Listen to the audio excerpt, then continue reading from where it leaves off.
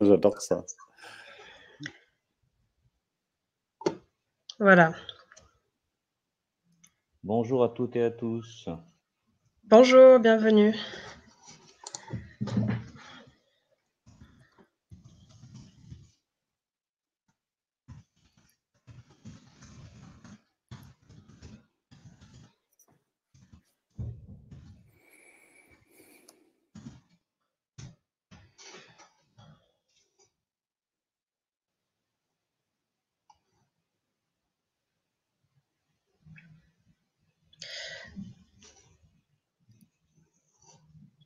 On attend une petite minute et puis on démarre, Jean-Yves, ça fera venir les autres.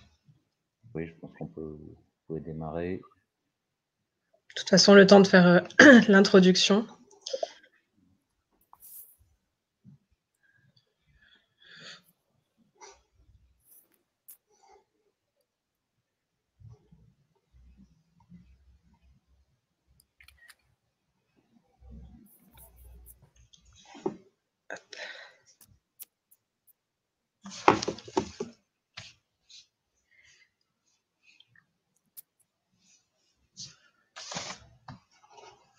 Bon, écoutez, on va peut-être démarrer. Donc, bonjour à toutes et à tous. Je suis Mathilde Mélan, chef de projet emploi et diversité pour le réseau Les Entreprises pour la Cité. Et bienvenue dans ce webinaire qui portera sur l'engagement des entreprises auprès des personnes réfugiées et la manière dont il est perçu, cet engagement, donc par à la fois vos salariés et vos consommateurs. Donc, on a le plaisir d'avoir parmi nous aujourd'hui Andreas Voltaire du TENT Partnerships for Refugees, qui nous fera justement un point et une restitution suite à une étude que TENT a pu mener auprès de 12 000 consommateurs en Europe. Et puis, ça sera aussi l'occasion pour nous de revenir un petit peu rapidement aussi sur le démarrage de notre projet levier en faveur de l'insertion professionnelle des réfugiés. N'hésitez pas tout au long de ce webinaire à utiliser le chat pour interagir et poser toutes vos questions. On les prendra à la fin ou à l'issue des présentations. Alors, donc je vous disais au programme une présentation d'Andreas. Bonjour Andreas, si tu veux me dire quelques mots peut-être pour introduire très rapidement ta présentation. C'est un très, très grand plaisir d'être avec vous aujourd'hui et merci beaucoup à les entreprises pour la Cité et Mathilde notamment pour nous inviter. Je suis Andreas Voltaire, je suis le directeur des partenariats en Europe pour TENT. Dans mon rôle, je suis en charge de développer notre réseau en entreprises et ONG dans plusieurs pays en Europe, notamment la France et l'Allemagne et la Grande-Bretagne. Et c'est un très, très grand plaisir d'être là avec vous. Et je ne suis pas seul. Pour renforcer mon intervention, il y a aussi dans ce call Diana qui est en charge de tout ce qui est comms chez TENT en Europe. Merci beaucoup. Et donc, Mathilde Mélan, je vous disais, je suis chef de projet emploi et diversité chez les Entreprises pour la Cité. Je suis aussi la coordinatrice du projet Levier. Donc voilà, on va présenter tous les deux, Andreas et moi, sur le sujet qui nous occupe aujourd'hui. Et puis ensuite, on prendra vos témoignages, vos questions, vos réponses. Et on apportera les réponses qu'on pourra, bien sûr.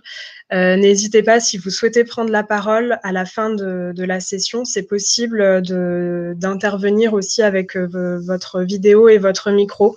Donc, faites-le nous savoir dans le chat si vous avez un témoignage ou des questions que vous souhaitez poser à l'oral. Ça sera avec grand plaisir. Peut-être pour nous représenter très rapidement, pour ceux qui nous connaissent peu ou pas très bien, les Entreprises pour la Cité, nous sommes une association nous fonctionnons comme un réseau d'entreprises. Donc nous mobilisons nos entreprises adhérentes, à peu près 200 grandes entreprises sur tout le territoire national et 4000 plus petites entreprises qui sont adhérentes chez nous à travers la Charte de la diversité, autour de thématiques liées à l'innovation sociale. Donc, on a 3 champs de compétences que sont l'égalité des chances dans l'éducation et l'inclusion numérique, l'accès à l'emploi et la diversité en entreprise, et le mécénat et les investissements citoyens. Et donc, ce réseau d'entreprises, on l'anime à travers des temps forts, des conférences, du partage de bonnes pratiques, des publications, des newsletters, mais aussi des projets concrets comme le projet Levier sur lequel nous reviendrons par la suite. Et nous sommes présents donc dans 6 villes en France. Certains d'entre vous nous connaissent à travers votre adhésion au réseau d'entreprises dans le cadre de La France Une Chance sur certains territoires. Voilà, La France Une Chance, c'est un dispositif du gouvernement qui est porté par le ministère du Travail, et sur certains territoires, des réseaux d'entreprises comme le nôtre ont un mandat pour vous aider à vous engager, notamment en faveur des publics éloignés de l'emploi sur votre territoire. Et certains d'entre vous se sont donc engagés dans ce cadre à recruter, accompagner ou aider des personnes réfugiées en recherche d'emploi. J'y reviendrai après la présentation d'Andreas, je vais lui laisser la parole. Mais donc, je vous disais, nous sommes aussi dans le cadre du projet Levier ensemble aujourd'hui. Le projet Levier, c'est un projet qui a démarré l'an dernier, en 2020, qui est porté par le réseau Les Entreprises pour la Cité, en lien avec le groupe Accueil Solidarité et Solinum. Pour l'instant, c'est un projet francilien, mais qui a vocation à essaimer sur les territoires et qui vise à la fois l'accompagnement de personnes réfugiées dans l'emploi et l'accompagnement de l'écosystème, à savoir les acteurs de l'emploi, mais aussi et surtout les entreprises et leurs collaborateurs pour le rendre plus inclusif envers les publics étrangers et notamment réfugiés. Andreas, je te laisse la parole maintenant pour présenter votre étude qui a été réalisée en Europe sur 3 pays et dont tu vas nous partager les résultats et les grands enseignements. Andreas, il faut que tu réactives ton micro. Pour ça, voilà. Oui, bonjour à toutes et à tous. C'est un très, très grand plaisir, comme je disais. Et je crois que c'est un sujet qui colle très, très bien avec les objectifs de l'entreprise pour la cité, notamment le projet Levier. Aujourd'hui, on peut passer à la prochaine slide. Oui. Ce qu'on a préparé pour aujourd'hui, on a préparé, ça ne s'affiche pas, ça c'est dommage. Non, c'est pas grave. On a préparé pour aujourd'hui quelques diapos pour expliquer qui nous sommes, quelle est notre raison d'être, ce qu'on fait, mais aussi on va partager avec vous comment on voit la situation des réfugiés en Europe aujourd'hui, comment les entreprises s'engagent aujourd'hui, et la grande partie de cette présentation aujourd'hui, de mon motivation, ça sera de partager avec vous les analyses, les résultats de notre analyse qu'on a menée, comme Mme Mathilde a dit, dans 3 pays en Europe, en Italie, en Allemagne et en Espagne. Voilà, pour démarrer, qui nous sommes, Tent est une fondation américaine. On a été fondé et créé par un homme d'affaires aux États-Unis d'origine turco-courte, Hamdi Olokaya. Il a créé une entreprise une marque qui s'appelle Chobani en 2007. En fait, vous allez rigoler, c'est une marque de yaourt qui est devenue le leader du segment de yaourt grec aux États-Unis. Avec son activité commerciale, il aussi a créé une certaine fortune. Et en 2015, il se posait la question, comment est-ce que je vais m'engager pendant cette crise des réfugiés, avec la grande vague des réfugiés, qu'est-ce que je peux faire? Et il s'est dit, bon, je peux faire un don, j'ai le moyen par contre, je préfère de créer quelque chose de plus durable. Et dans cette réflexion, il a pris la décision de créer la fondation Tent Partnerships for Refugees, et aussi parce qu'il a travaillé en tant qu'entrepreneur aux États-Unis avec des réfugiés, et il a fait des belles expériences, et il s'est dit, mon rôle en tant qu'entrepreneur, c'est de mobiliser autres entrepreneurs pour qu'ils s'engagent aussi pour les réfugiés. Voilà, on peut passer à la prochaine slide. Et notre mission, c'est très clair, très transparent. La seule mission qu'on a, c'est de mobiliser le secteur privé pour qu'il s'engage pour des réfugiés. Et engagement, dans notre définition, c'est une intégration économique. on ne travaille pas dans le secteur logement, on ne va pas dans les camps de réfugiés. On commence à travailler avec les réfugiés d'entreprise dès qu'ils sont arrivés dans leur nouveau pays. Et à ce point-là, on commence à travailler. On peut passer à la prochaine slide.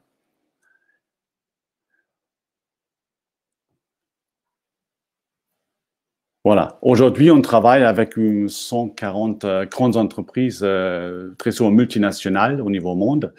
Et comme vous le voyez, les entreprises viennent de beaucoup de secteurs très différents. Là, je crois qu'on est revenu vers Pardon, Andreas, oui, je vais changer la présentation parce que c'était c'est plus joli. Voilà, merci beaucoup. Je te laisse continuer. Voilà, super. Là, vous voyez, on travaille avec des entreprises qui viennent de beaucoup de secteurs très, très différents.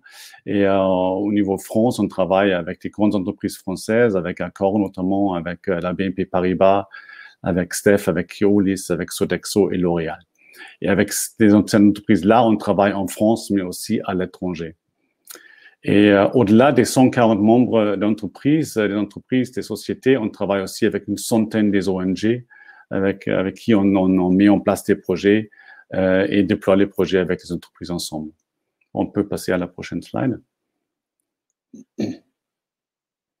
Qu'est-ce qu'on propose, qu'est-ce qu'on fournit à nos entreprises membres? Il y a 4 prestations qu'on fournit.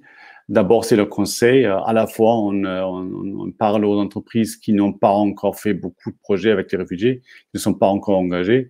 Là, on les prend à la main et on propose des projets qui passent le mieux, qui sont le mieux adaptés aux activités de l'entreprise. On travaille également avec des entreprises qui ont déjà fait beaucoup d'efforts, beaucoup de projets. Et là, très souvent, la démarche, c'est on nous pose la question, on nous interroge pour une expansion à l'international, à l'étranger, par exemple. Pourquoi pas déployer un projet qui est bien passé en France, à un autre pays. Et là, on fait notamment au niveau région, on couvre très bien, j'allais dire, les États-Unis, le Canada, l'Amérique du Sud et l'Europe. Dans tous les pays, on a des membres, des sociétés membres, et on a aussi des projets en cours. La deuxième prestation qui est très importante, c'est de partager les meilleures pratiques. Comme vous le pouvez imaginer, avec 140 membres dans notre réseau, on a beaucoup d'expérience, on a beaucoup de meilleures pratiques, on partage. Auparavant, on les a partagées lors des événements, c'est un peu moins le cas aujourd'hui à cause de la crise. Ce qu'on fait aujourd'hui beaucoup plus, on organise des webinaires, on invite les entreprises aux webinaires où on partage des expériences. Et ce que je pouvais annoncer aujourd'hui déjà, on est en train de mettre en place une série de webinaires pour la France en français, parce que pour le moment, les webinaires sont toujours à l'international, avec des sujets internationaux plutôt. Mais là, on va créer un aspect de communication dédié à la France aussi. Meilleure pratique, ça veut aussi dire que je mets en relation directe des entreprises qui se veulent parler, mais qui ne se connaissent pas. Par exemple, une entreprise qui dit, bon, je veux m'engager auprès des réfugiés, des femmes réfugiées. Est-ce que vous avez des membres de notre réseau qui s'en occupent déjà? Et là, c'est à moi de créer cette relation, de les mettre en relation. Recherche, c'est la raison pour laquelle je suis là aujourd'hui. Recherche, dans notre définition, c'est en principe, c'est 2 choses très différentes. À la fois, ce sont des recherches, des projets de recherche qui voient un peu, qui essaient de comprendre quels sont les aspects, les avantages pour les entreprises de travailler avec les réfugiés. Là, on en parlera plutôt plus tard les avantages pour la marque, ou la réputation pour la marque. On a aussi mené des recherches, des études aux États-Unis au niveau du turnover, de la rétention des effectifs. Est-ce qu'il y a des différences entre les effectifs réfugiés et non réfugiés? Là, on essaie toujours de comprendre et d'avoir en main des informations supplémentaires qui aident les entreprises à prendre leurs décisions. Recherche, pour nous, ça veut aussi dire, et ça c'est notre deuxième travail, on fait dans ce cadre-là, c'est on prépare des guides d'emploi. Dans beaucoup de pays au monde, on a préparé des guides d'emploi, notamment en France également. On va partager ça avec vous plus tard. Et notre quatrième travail, c'est en principe un travail très, très opérationnel que je fais toute la journée. On met en relation des entreprises qui veulent s'engager avec des ONG sur le terrain. C'est-à-dire, un exemple très, très concret, un dossier dont je travaille aujourd'hui, c'est un dossier en France, une entreprise française qui veut lancer en France, dans plusieurs départements, une activité qui veut embaucher des réfugiés. Et ça, c'est à moi maintenant de définir par région et par ville, en fait, des bons partenaires qui sont dans la mesure d'accompagner notre membre.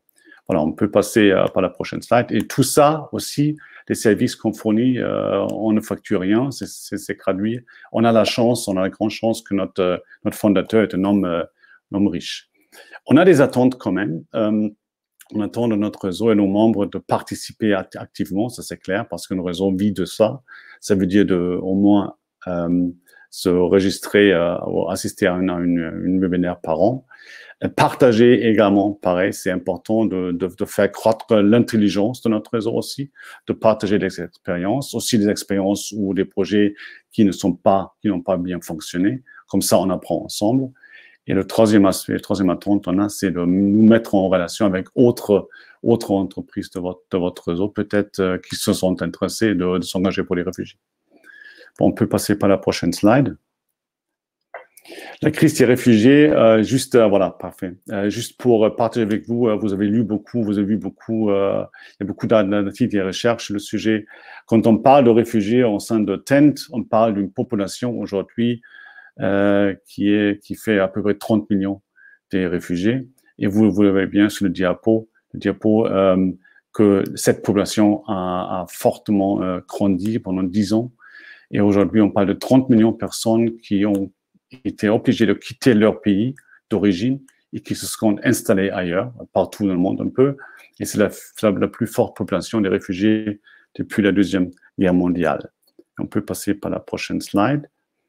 Et si on prend la vision de l'Europe, on voit quand même, constate qu'à peu près 2,5 millions de réfugiés se sont installés, sont hébergés, si vous voulez, en Europe aujourd'hui. Et comme vous le voyez bien sur la diapo, sur la graphique, sur la chat, c'est la France et l'Allemagne qui accueillent le plus en ce moment. Et la majorité des réfugiés viennent de l'Irak et de la Syrie. Voilà, on peut passer à la prochaine slide. Et on a évoqué cet aspect au début de mon intervention. Il y a beaucoup de possibilités pour s'engager pour les réfugiés. Et auprès de Tent, on a défini 5 aspects de travail. Et Mathilde, on peut passer à la prochaine slide. Et les 5 aspects ou axes de travail, si vous voulez, c'est ce qu'on adresse toujours avec nos partenaires, avec nos entreprises dans notre réseau. Et on regarde toujours quelles sont les activités principales des membres, les activités d'entreprise, et qu'est-ce qu'on fait ensemble, quelle forme de projet pourrait-on lancer ensemble. Et bien évidemment, le premier aspect, c'est l'embauche, c'est la formation. Formation, ça peut être un apprentissage, ça peut être un stage, ça peut être une formation en alternance, mais ça peut bien évidemment aussi être une embauche en CDD, en CDI. Ça, c'est assez classique, assez traditionnel. Il y a beaucoup d'entreprises qui le font déjà. Il ne faut pas oublier le mentorat, parce que là, on dit, bien évidemment, dans une crise, comme là, dans la crise actuelle, très souvent, les recrutements sont gelés. C'est-à-dire, la direction a décidé de ne pas embaucher des collaborateurs et collaboratrices pour le moment. C'est-à-dire, là, le mentorat devient un outil à s'engager qui est très important pour les réfugiés parce qu'ils s'ouvrent encore plus, mais aussi un outil pour développer, pour faire conduire vos effectifs qui s'engagent. Chaîne d'approvisionnement, pour nous, c'est un cadre où on met tous les projets où on essaie de travailler avec nos entreprises membres, de voir comment est-ce qu'ils pourraient utiliser leur pouvoir institutionnel, si je peux dire ça comme ça, pour incentiver ou inciter leurs fournisseurs et leurs vendeurs. On a par exemple un projet en cours avec H&M, la marque de mode en Turquie, et H&M travaille avec à peu près 40 fournisseurs en Turquie dans la production. Et là, on a développé un projet qui prévoit d'embaucher 2000 dans le réseau des fournisseurs qui prévoit d'embaucher 2000 réfugiés d'ici 2025. Entrepreneuriat, c'est une 4e axe de travail. On évoque avec nos partenaires. Là, on voit un peu comment est-ce qu'on peut soutenir les ONG qui se sont spécialisées de former les réfugiés qui adorent, qui veulent devenir entrepreneurs. Comment est-ce qu'on peut impliquer nos entreprises membres avec leurs activités, avec leur pouvoir. Et très souvent, ça peut être un peu passé par le biais du financement. Ça, c'est des banques, bien évidemment. Souvent, ça peut passer par le biais du conseil, parce que les experts des entreprises sont dans la mesure et dans la position de soutenir un jeune réfugié. Comment est-ce qu'il met en place une stratégie de marketing, une stratégie de communication. pour son produit, mais ça passe aussi par le biais de ce qu'on appelle accès au marché. Parce qu'on a des partenaires dans notre réseau, notamment Facebook, Uber Eats, qui ont mis en place des outils de soutien pour les réfugiés entrepreneurs, pour les aider à avoir accès à un marché qui reste au début peut-être fermé pour eux. Et le cinquième axe de travail, c'est ce qu'on appelle la prestation de service. Prestation de service, c'est possible. Là, on change la perspective. Les premiers 5 axes de travail sont en principe, on regarde le réfugié en tant que collaborateur ou entrepreneur. Cette idée-là, c'est impossible de mettre en avant le consommateur, le réfugié consommateur. Et là, juste pour partager 2 exemples rapides avec vous, on travaille avec des entreprises, des banques notamment, qui ont créé des comptes bancaires qui sont plus facilement accessibles par rapport à une compte bancaire classique. Mais aussi, on travaille avec des entreprises dans la télécommunication qui ont mis en place des produits adaptés pour, notamment en Turquie, pour les réfugiés qui sont venus de la Syrie et aussi en Colombie.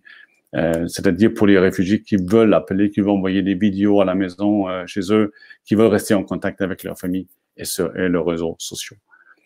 Voilà, on peut passer par la prochaine slide.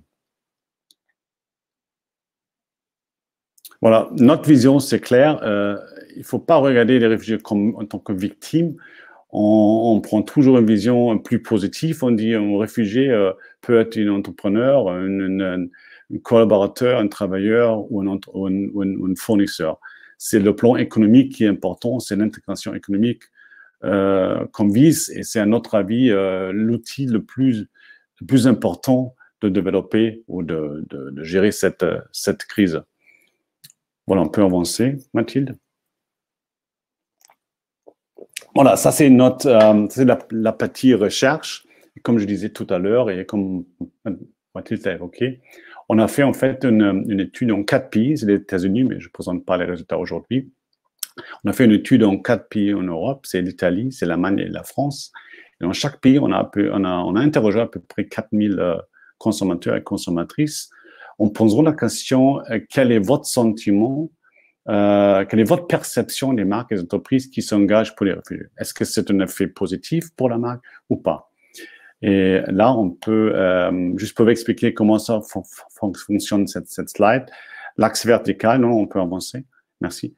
L'axe vertical, vous voyez trois chiffres en fait. Il y a un chiffre négatif, il y a 0, il y a des valeurs positives.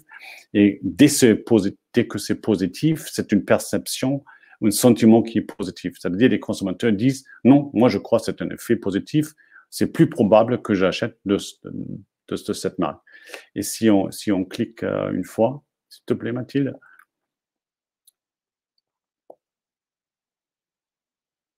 Voilà. Là, on voit quand même, parce que, comme je disais tout à l'heure, avec les entreprises, on travaille dans plusieurs domaines. C'est quoi les chaînes d'approvisionnement? C'est l'embauche en France, l'embauche à l'étranger. On a posé la question aux personnes et on voit quand même que le sentiment est presque toujours positif, avec des écarts, bien évidemment. Mais ça, c'est le sujet clé, c'est ça l'aspect clé. Si tu cliques une deuxième fois, on voit en bleu, on voit la moyenne, mais là, en gris, on voit quand même les réponses des consommateurs qui sont jeunes, c'est-à-dire le groupe entre 18 et 25 ans, qui a répondu d'une manière très, très différente, on trouve. Et on a observé ça dans d'autres pays également, et on partage ça avec vous dans 2 instants. Mais en France, l'écart est beaucoup plus élevé. Là, on constate quand même que pour l'embauche en France, c'est le deuxième axe là, on voit que le soutien des consommateurs est beaucoup plus élevé par rapport à la moyenne, et ça, c'est un aspect très, très positif. Et ça continue, on peut avancer, Mathilde. Et si on prend ces chiffres-là et on regarde un peu les régions, les départements en France, et notre analyse a montré comme des résultats assez intéressants. Et pour vous expliquer comment c'est organisé, plus foncé, c'est plus élevé, et la perception, plus positive est la perception des consommateurs pour une entreprise qui s'engage pour les réfugiés. Et on constate clairement que c'est la Nouvelle-Aquitaine et c'est Île-de-France qui monte un peu là en résultat. Mais on voit aussi que dans tous les départements en France, c'est très, très positif, sauf en Corse, où le sentiment est plutôt négatif. mais on voit qu'il y a un soutien, il y a un aspect positif. Et là, on a posé la question, fournir des services aux réfugiés. Les consommateurs ont dit, oui, on trouve ça super bien d'avoir des produits dédiés aux réfugiés. Mais ça montre aussi, au-delà, ça montre que le sentiment, en général, est très, très positif en France. Et si on avance, voilà. Et là, pour comparer maintenant les résultats en France, vous voyez à la droite, vous voyez que le résultat en France, la moyenne par rapport aux autres pays n'est pas très, très élevée. En fait, c'est un peu faible par rapport aux autres pays. Mais on voit aussi que les jeunes consommateurs ont répondu d'une manière très différente. On a évoqué ça. Mais on voit aussi, on constate que par rapport aux autres pays, les jeunes consommateurs sont très, très positifs aussi par rapport aux autres pays. C'est-à-dire, en France, il y a un truc apparemment entre la moyenne et les jeunes consommateurs. Mais jeunes consommateurs, j'aimerais attirer votre attention aussi sur l'aspect pas uniquement consommateur. À notre avis, ça joue aussi un rôle pour ce qu'on appelle la marque entrepreneur. Parce qu'une marque qui se positionne sur le marché commerce, et voilà, il y a un aspect commercial, mais une entreprise qui se positionne sur le marché du travail, au travail, aussi pourrait utiliser ces résultats pour faire du bien. C'est-à-dire, ça aide à la marque en général. Il y a un aspect commercial et marketing, mais il y a aussi un aspect marque entrepreneur, marque employeur, pardon. C'est pour ça qu'on trouve que les résultats en France sont très, très positifs. Ça montre en général, il y a un aspect qu'on peut jouer. Et ça, c'était notre but aussi de comprendre est-ce qu'il y a un effet, oui ou non. Et là, on constate dans tous les pays, il y a un effet positif. Ça, c'est positif. Mais on constate surtout sur la France qu'avec une jeune population, il y a un truc à faire, à notre avis. Bon, on peut avancer. Voilà, une deuxième fois, s'il te plaît. Voilà. Cette étude est disponible sur notre site Internet. On va partager le lien avec vous et Diana va le faire dans un instant, je crois. Le lien est accessible, il vous dirige sur notre site Internet. Ce rapport, cette étude est disponible dans plusieurs langues. Si jamais vous avez un collègue, un patron qui préfère en langue anglais, cette étude est disponible en français, en anglais, en allemand et en italien également. Et le deuxième lien, on va partager avec vous et le document, c'est ce qu'on appelle le guide emploi, Info Emploi Réfugié. C'est une guide pratique pour les ressources humaines surtout, qu'on a mené avec nos partenaires Action Emploi Réfugiés en France. C'est une ONG basée à Paris qui travaille dans plusieurs régions en France et qui prépare les réfugiés à prendre certains postes. Voilà, et pour finir, on peut avancer, Mathilde? Je vous dis un très, très grand merci. J'espère que c'est intéressant pour vous aussi de regarder ce sujet, intégration professionnelle des réfugiés d'une autre vision, notre vue, notre perspective. Et on reste à votre disposition pour n'importe quelle question vous avez. Et je vois, il y a déjà des questions qui tombent. Et on est disponible sur info@tent.org ou mon adresse email. Mon boîte email, c'est andreas@tent.org. Et je crois, Mathilde, qu'on a encore quelques minutes pour les questions, s'il y en a. Et je dis un très, très grand merci à Mathilde et à vous pour votre patience. Merci. Oui, tout à fait. Merci beaucoup, Andreas, pour cette présentation assez complète et succincte à la fois. Avant de continuer sur la deuxième partie qui traite plus de la marque employeur et puis vous faire un petit retour sur le démarrage du projet Levier, si vous souhaitez poser vos questions, n'hésitez pas. Voilà, on se tient à votre disposition pour y répondre. Suite à la question de Yolande, je crois, effectivement, le support du webinaire vous sera envoyé par email à l'issue du webinaire, ainsi que les liens que Diana vient de partager dans le chat sur l'étude complète et le guide Info Emploi Réfugié.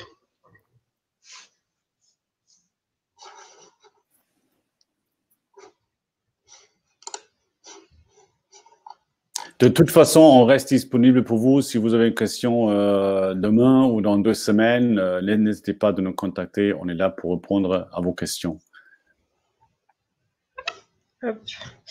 En attendant, Andreas que les questions arrivent, on va peut-être continuer sur la suite.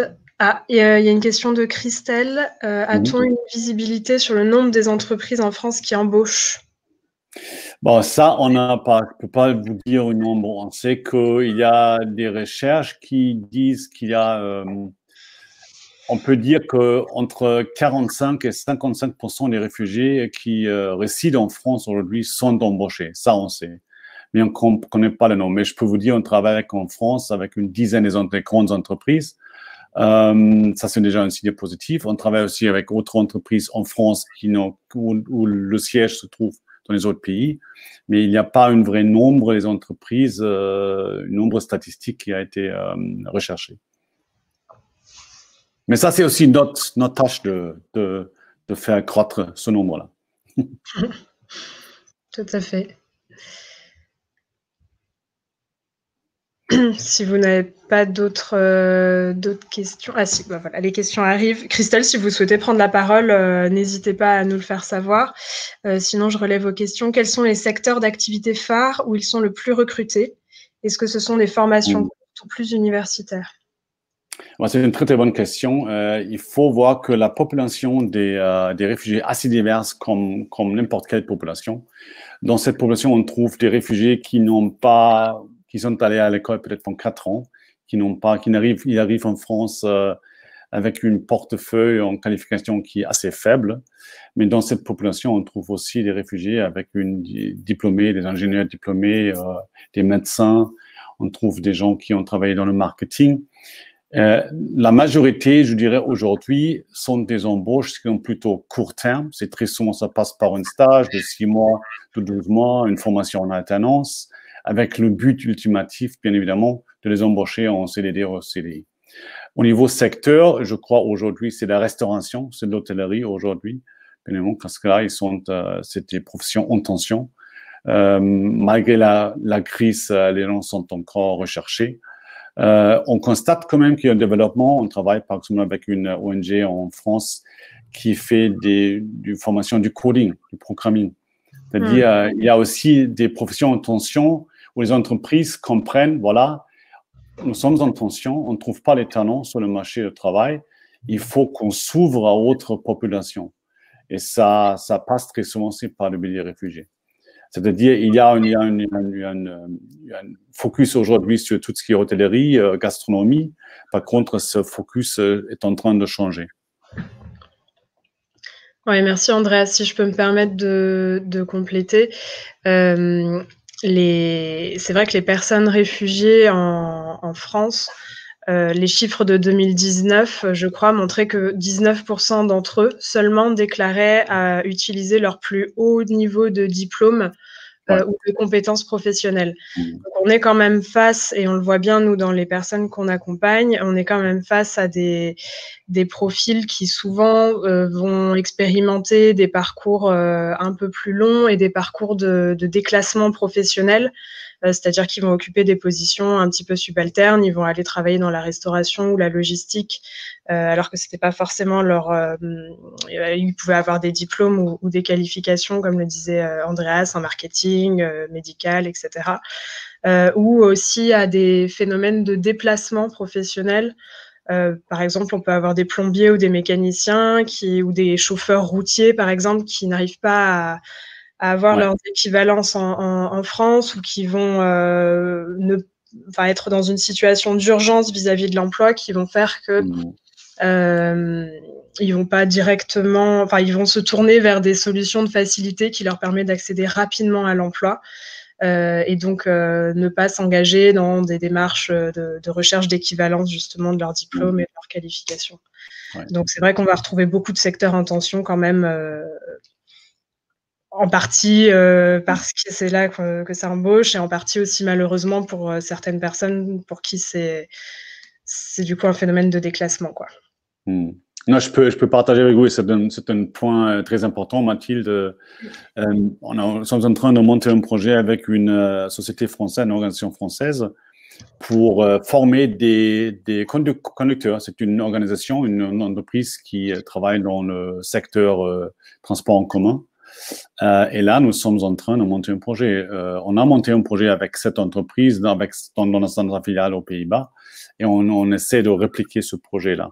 C'est-à-dire, c'est exactement comme tu dis, il y a des professions en tension où on voit normalement pas un réfugié qui pourrait prendre ce poste-là. Par contre, ça nécessite un accompagnement. Et pareil, dans la IKEA, Chanel, il y a beaucoup d'entreprises en France qui ont embauché des réfugiés qui ont complété une formation dédiée pour cette entreprise. C'est-à-dire, c'est une ONG qui prend les en main, qui les accompagne pendant une période de 6 mois ou 12 mois, y compris les stages, et ils reçoivent une formation qui est dédiée à leur poste de demain, en fait. Et ça aussi, ça, c'est un outil qui est assez performant, qui permet à une ONG de bien définir une groupe cible, mais ça permet aussi à une entreprise de bien définir quelle est la formation que ce groupe nécessite et comment est-ce qu'on pourrait interagir pendant cette période déjà, avant de prendre les postes. Mais ça, je trouve, il y a beaucoup, je vois une question de Christelle aussi, de levier, d'intégration. Je crois, avant de travailler pour Tend, c'était moi, j'ai travaillé pour une ONG en Allemagne, je plaçais des jeunes réfugiés sur le marché du travail, très souvent, comme l'Allemagne toujours, dans les apprentissages. Je peux vous dire, c'est très souvent, à mon avis, c'est le stage qui est peut-être l'outil le plus performant. Parce que dans un stage de plusieurs mois, vous allez découvrir un talent ou non. Et le stagiaire ou la stagiaire également va découvrir est-ce que c'est le métier que j'ai eu en tête. Est-ce que ça colle avec mes attentes? Est-ce que je suis sûr que j'aurai la qualification? Est-ce que ça sera une profession satisfaisante pour moi? Voilà, ça c'est, je crois, stage c'est très important. Et après le stage, il y a toujours une décision. Il y a une décision, oui, ça colle ou non, ça colle pas. Mais je crois au niveau intégration, dans beaucoup des secteurs, c'est un outil qui est très, très utile. Oui, je crois qu'effectivement, le stage et puis en France, l'alternance, c'est aussi un très bel outil. Et c'est vrai que nous, les entreprises qui travaillent avec nous, soit sont sur des métiers en tension et donc vont prévoir des programmes de formation courtes pour avoir des certifications, des habilitations rapidement accessibles, soit vont proposer au contraire des formations un peu plus longues et viser des postes un peu avec des qualifications plus élevées. Et ces entreprises-là vont souvent passer par l'alternance en fait pour recruter des personnes d'origine étrangère et notamment des réfugiés. C'est le cas beaucoup du secteur bancaire, par exemple, l'école de la banque, enfin les entreprises du secteur bancaire travaillent beaucoup avec l'école de la banque et intègrent principalement des réfugiés sur des alternances pour ensuite les intégrer dans l'emploi. Donc ça, c'est vraiment un levier assez efficace et ça permet de contourner aussi les aspects un peu de préjugés ou de stigmatisation que peuvent avoir certains recruteurs. Le statut de réfugié, il est encore mal connu en France. Ça peut faire peur parfois. Oui. Donc, le fait d'avoir une personne en immersion, en stage ou en alternance, ça permet, c'est moins engageant d'une certaine manière et donc ça permet de faire un premier pas vers ce public-là. Et puis, je dirais vous faire accompagner par des associations aussi, surtout si c'est quelque chose de nouveau pour votre groupe. Ne pas hésiter à se faire, à travailler en partenariat avec des associations, comme le disait Andreas, qui vont accompagner ces publics-là, les suivre et rester aussi à l'interface entre la personne que vous allez intégrer et vos équipes, notamment pour ce qui relève des freins qui peuvent être rencontrés ou des difficultés particulières qui pourraient être rencontrées dans le cadre de cet emploi. Est-ce qu'il y a d'autres questions? Bon, on va continuer un petit peu et puis on prendra le reste des questions à la fin, Andreas, si ça te Super, convient. parfait. Non, ça va. Super. Du coup, on voulait en profiter pour vous faire un petit retour, notamment sur le démarrage de notre projet levier et vous parler aussi de la marque employeur. Il y a un vrai sujet sur les consommateurs. D'ailleurs, Andreas a un petit peu parlé de la marque employeur aussi. Mais il y a aussi un sujet sur la manière dont cet engagement peut être perçu par vos salariés également en interne. Donc, le projet levier, je vous disais tout à l'heure, voilà, un projet francilien de 3 ans qui a vocation à continuer sur d'autres, à être essaimé sur d'autres territoires durant les années prochaines, mais là, on est aussi un peu en développement et en expérimentation avec 2 axes forts que sont l'accompagnement des personnes réfugiées vers l'emploi et l'accompagnement de l'écosystème, et donc notamment des entreprises vers l'inclusion de personnes réfugiées en emploi. Dans le parcours d'accompagnement global des réfugiés, on va retrouver un accompagnement vers l'autonomie, le logement, l'accès aux droits, un accompagnement vers l'emploi, qui va comprendre notamment aussi de l'apprentissage du numérique, du français, tous ces freins que vous pouvez rencontrer lorsque vous intégrez aussi des personnes d'origine étrangère en emploi, et qui va se faire en lien permanent avec des entreprises volontaires, puisque étant nous-mêmes un réseau d'entreprises, tout au long des parcours d'accompagnement, on va avoir des temps en lien avec l'entreprise, de découverte de métiers, de mise en situation, d'échange, de conseils, de partage avec des salariés d'entreprise. Sur le côté volet accompagnement de l'écosystème, on va notamment accompagner et former les employeurs. Donc, par exemple, notre webinaire d'aujourd'hui, ça fait partie quand même d'une dynamique d'animation plus générale qu'on a de notre réseau et de nos partenaires autour de ces questions-là. En décembre, on avait un webinaire autour de la diversité des origines. En avril, on va faire un point sur le droit du travail des étrangers suite à la réforme qui est en cours au niveau de l'administration. En mars, on parlera du racisme et notamment de ces différentes formes en entreprise. Donc là, on va être vraiment très focalisé sur les managers et les RH. Mais on va aussi travailler avec les collaborateurs des entreprises, puisque les collaborateurs des entreprises vont venir, je le disais, présenter des métiers, faire des visites d'entreprise, participer à des actions de coaching, de parrainage, voire à du recrutement. Et donc, on en profite aussi pour sensibiliser toutes ces personnes avant de les mobiliser sur nos actions, pour leur expliquer justement ce dont on parlait tout à l'heure, les différents statuts. Pardon, excusez-moi.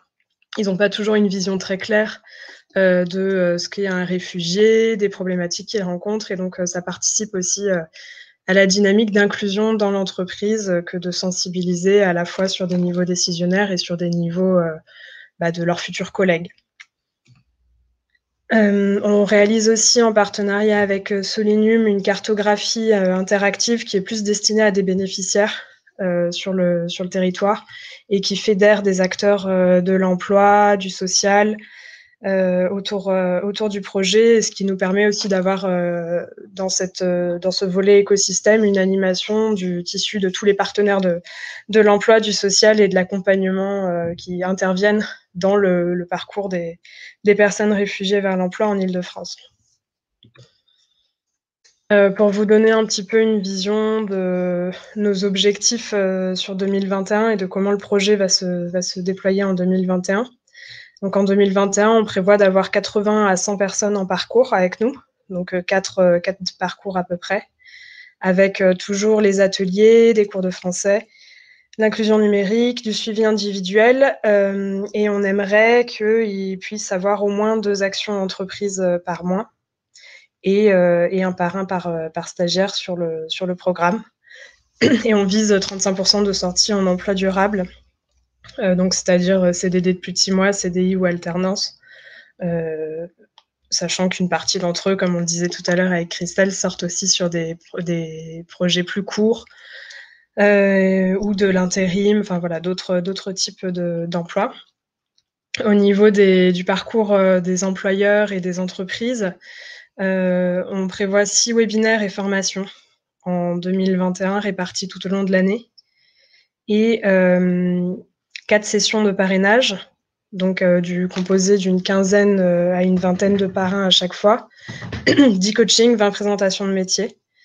Donc ça fait quand même un certain nombre d'actions sur lesquelles on compte aussi sur vous et sur vos collaborateurs de bonne volonté pour venir renforcer le parcours et participer aux différents niveaux en fonction de votre secteur d'activité aussi. Par exemple, des sessions de présentation de métiers, on va chercher plutôt effectivement des entreprises qui ont des métiers en tension, qui correspondent plus aux projets professionnels de nos stagiaires. Sur des coachings, on va être vraiment sur tout type de collaborateurs, puisque l'objectif, c'est plus d'acquérir les codes de l'entreprise et de se préparer aux entretiens professionnels. Donc comment un projet comme, le projet Levier, vient-il soutenir et servir votre marque employeur? Pour nous, c'était aussi l'occasion de revenir un petit peu sur ce concept de marque employeur puisque, la marque employeur, c'est, notamment 95 des candidats qui se renseignent sur le web avant de postuler, dans le cadre d'une recherche d'emploi. Et donc, cette même étude, donc, enquête sur la communication de la marque employeur, a montré que seulement 10 des candidats vont réellement, postuler à l'offre si l'entreprise se révèle avoir une mauvaise réputation, alors que, plus de 90 des candidats vont postuler si l'entreprise a une bonne réputation. Donc on voit que c'est un vrai sujet et que c'est quand même quelque chose d'important. Nous, dans le cadre du réseau Les Entreprises pour la Cité, on travaille chaque année et on édite une publication qui s'appelle le Panorama des fondations et des fonds de dotation et qui fait un petit peu une image à date chaque année, une prise de vue qui prend la température des mécènes et des entreprises engagées en France. Et donc, dans notre édition, on parle aussi de la marque employeur. Et donc, ça nous a permis aussi de prendre la température auprès des entreprises qui s'engagent sur le terrain auprès de publics en situation de vulnérabilité, quel qu'il soit, et de montrer qu'en fait, cet engagement de l'entreprise, il avait plusieurs avantages. Premier avantage, c'était participer de la qualité de vie au travail en entreprise. Ça augmente la fierté, ça augmente le sentiment d'appartenance. Également, le partage de valeurs communes. Nous, on le voit souvent sur les coachs qui viennent. Ils se présentent et ils présentent leur entreprise aux bénéficiaires. Et ils disent mon entreprise me permet, grâce à mon entreprise, je suis là avec vous aujourd'hui. Donc, ça renforce vraiment ce sentiment d'appartenance. Et ça bénéficie par effet de ruissellement aux ressources humaines, puisqu'on va avoir un effet de fidélisation des talents, de cohésion, de développement des compétences, donc en interne, mais également en externe, puisque ça va aussi permettre le rayonnement de l'entreprise pour améliorer son image, sa réputation et son ancrage territorial. Donc nous, ce qu'on voit sur le projet, donc je vous disais tout à l'heure, on va avoir des temps forts tout au long du projet avec des coachings, du parrainage, des présentations de métiers, des visites d'entreprise, des accueils de stagiaires, voire même de la co-animation de modules. On a certaines entreprises qui viennent animer des modules sur la gestion budgétaire, sur la complémentaire santé en fonction de leur domaine de compétences. Et chaque collaborateur va un petit peu trouver sa place dans ces différentes actions. Et ça participe réellement de leur fierté, d'appartenir à votre entreprise et l'impression de faire quelque chose d'utile, surtout dans cette période qui peut parfois avoir un peu une perte de sens dans ce qu'on fait et dans son boulot tous les jours. Par exemple, ça, c'est un retour sur le dernier coaching. Alors malheureusement, en ce moment, on est obligé de faire des coachings à distance. Donc c'est toujours en visio, mais c'est un retour un peu de nos parrains sur les derniers coachings. Projet taille humaine. La plupart ont vraiment sont surpris, se surprennent eux-mêmes et ont vraiment envie de recommencer l'expérience parce que c'est aussi une vraie rencontre humaine pour eux que d'être confrontés à des personnes avec des parcours différents, mais finalement assez semblables aux leurs, qui peuvent parfois expérimenter des difficultés qui sont un petit peu similaires à celles qu'ils ont pu eux-mêmes expérimenter dans le passé. Et donc, ça crée vraiment du lien et une sensation de proximité et une vision, une autre vision de soi-même, de son emploi et de son engagement dans l'entreprise. Donc, généralement, ça fait vraiment des très belles rencontres qui se poursuivent même par la suite avec des échanges un peu plus personnels lorsque les parrains et les parrainés le souhaitent. Pour vous donner un petit peu une visibilité, pour ceux que ça intéresserait, les prochains temps forts, ça va être notamment les sessions de coaching. Donc là, la prochaine, c'est le 19 mars, mais on en a tous les mois. Fin mars, on démarre notre programme de parrainage. Donc là aussi, on va rechercher 15 à 20 parrains issus du monde de l'entreprise. Je vous disais début avril, la conférence sur le droit du travail. Ça, c'est vraiment intéressant à transmettre notamment à vos équipes RH parce qu'il y a une réforme en cours et on aura une personne de l'administration qui viendra expliquer justement les différents statuts et donner une vision de cette réforme en cours. Et puis, des temps forts nationaux sur lesquels on va s'inscrire aussi, qui est la Semaine contre le racisme et la Journée mondiale des réfugiés. Voilà, c'était pour vous repartager un petit peu les différents types d'actions, l'actualité du projet et puis, je l'espère, vous donner envie de nous rejoindre ou de permettre à vos collaborateurs de nous rejoindre sur certaines de nos actions. Vous n'avez pas forcément besoin d'être membre du réseau Les Entreprises pour la Cité, même si la plupart d'entre vous le sont. Aujourd'hui, vous n'avez pas besoin d'être membre du réseau pour accéder aux actions. Dans le cadre du projet Levier, on se situe dans un cadre un peu plus large. Est-ce que vous avez encore des questions sur la présentation d'Andreas, sur le projet Levier ou un témoignage à apporter? Voilà, comme je vous disais tout à l'heure, vous pouvez complètement prendre la parole en nous le notifiant dans le chat. Et puis voilà, partagez avec nous peut-être ce que fait votre entreprise. Il nous reste quelques minutes avant de clôturer ce webinaire.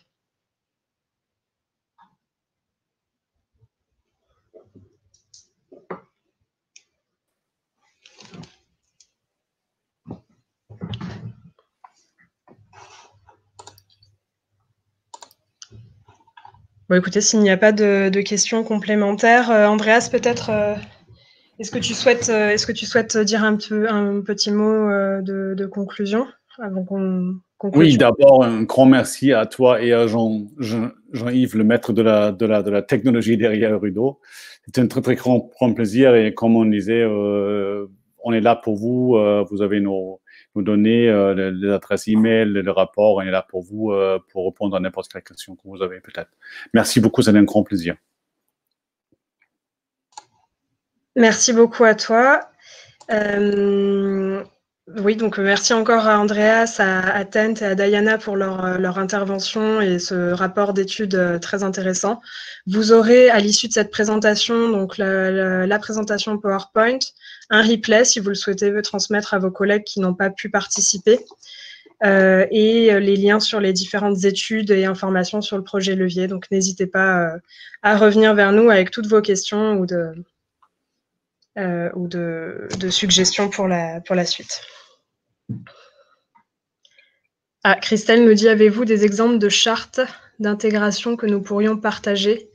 Outils. Je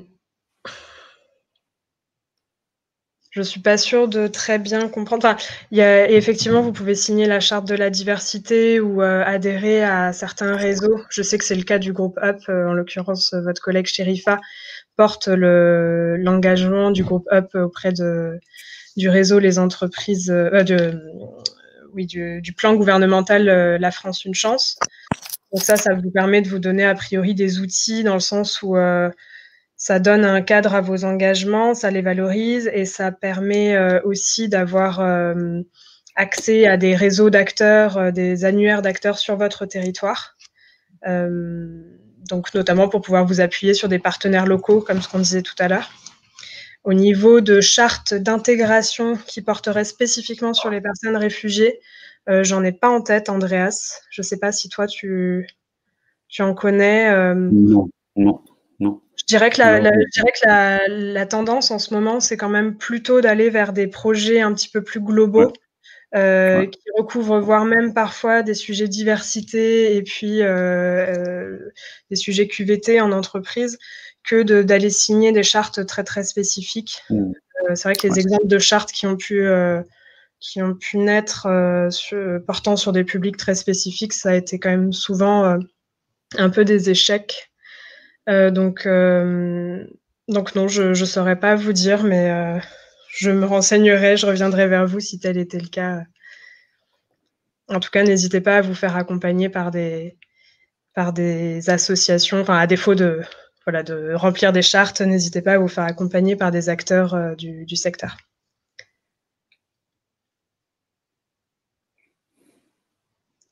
Merci beaucoup à tous pour votre participation Et puis, on souhaite vous revoir très bientôt autour de ce sujet avec un différent focus. Merci encore, Andreas. Merci, Diana. Merci à vous. Au revoir. Bon après-midi, bonne soirée. Bonne fin de journée.